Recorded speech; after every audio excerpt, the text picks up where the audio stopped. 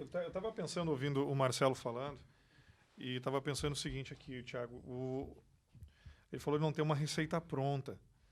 E a gente não ouve falar, apesar de tu ter dito que tem gente que oferece curso de gestão. Mas para ti ser um dirigente de futebol, não existe um curso para ser dirigente de futebol. Como é que faz, então, para o cara se tornar um dirigente de futebol? Então, Já que não existe o curso, não tem aquela escolinha, tu vai lá, fica 1 ano e meio estudando para te ser um dirigente, porque tu tem dirigentes jovens, que nem foi o teu caso, e tem dirigentes já com 70, 80 anos. Não, e ainda tem perfis de dirigente. Tem aquele dirigente que quer escalar o time, entende, que diz que entende de futebol. Eu sempre admiti que eu não sou esse tipo de dirigente, sabe? Eu sou muito mais um cara que gosto do ambiente do clube, das pessoas, da gestão de pessoas, sabe? Eu sei quando o Santa Cruz joga bem e quando ele joga mal, sabe? Tu consegue perceber isso, eu tenho um pouco dessa noção, mas o trabalho de escolher jogador, de selecionar jogador, de ver se aquele jogador tá bem, se aquele não tá, eu deixo pros profissionais, sabe? Eu sou, e sempre logo disse isso, assim, de deixar pra quem entende do assunto, né?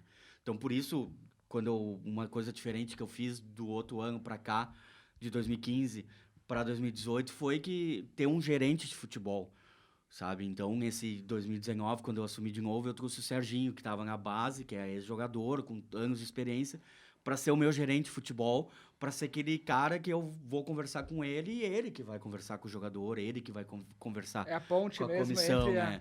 Sabe? Em 2015, a gente não tinha verba, era eu e o treinador e o diretor de futebol conversando direto, assim. E o diretor de futebol é o Irineu, que é dono do mercado, de um açougue, eu jornalista, então, sabe, faltava aquele elo de uma pessoa que também entende futebol. Então, foi uma das coisas que eu mudei e que deram certo, sabe? Eu sempre digo que futebol daqui, ele, mais do que gestão, é sobreviver, é sobrevivência. Todo dia tu tem que estar indo atrás de recursos para conseguir pagar a tia da cozinha, para conseguir comprar alimento para a janta do jogador, e ir atrás aqui, uma coisa que nós temos na cidade, que a gente tem uma parceria com vários restaurantes, então o almoço dos jogadores é nos restaurantes, que já é uma mão gigante, assim, sabe? Então, são coisas assim.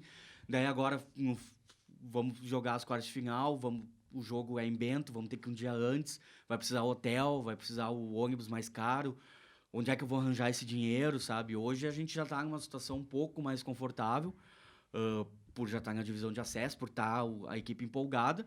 Mas eu lembro que na terceirona, quando eu assumi em 2019, um dia antes de um jogo, eu estava desesperado atrás de 500, R$ 1.000 para conseguir poder ir um dia antes nas quartas de final, sabe? Então, é sempre assim, é uma sobrevivência. É complicado, a gente tá lá e fui aprendendo muito com a vida, assim, no futebol, né?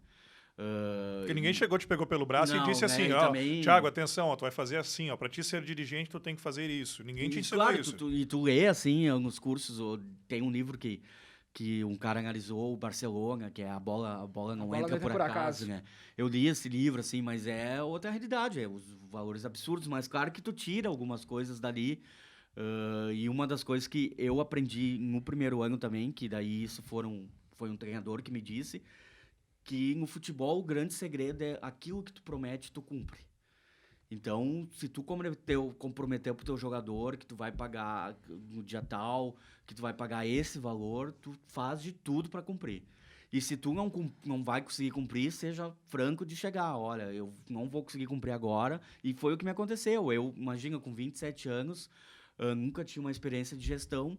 No meio daquela copinha que eu falei que a gente resolveu jogar em 2014, não tinha dinheiro para pagar a folha. Eu tive que entrar no vestiário e olhar para 30 jogadores, alguns deles com 30 anos, mais velho que eu e com uma passagem em vários clubes, e dizer, olha, hoje eu não vou conseguir pagar vocês, mas eu tô fazendo de tudo e semana que vem eu vou ter o dinheiro. E daí, cheguei na semana que vem e tinha o dinheiro, né? Então, e na época, quem me deu esse dinheiro, inclusive, foi meu pai, que acabou me dando todo o dinheiro para conseguir pagar uma folha, sabe? Então, mas passei por isso. É desesperador, mas é aquela coisa. E daí, eu sempre fui levando isso, assim. E acho que Essas coisas. Deixar quem entende pro trabalho deles, deixar o cara que entende de preparação física fazer o trabalho dele, o treinador fazer o dele, o analista fazer o dele, o gerente fazer o dele na escolha dos jogadores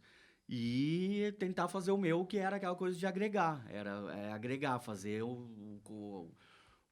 outra coisa que quando eu assumi de 2019, todo mundo dizia, ano passado, quando o Galo caiu pra terceira, que não ganhou um jogo naquele ano.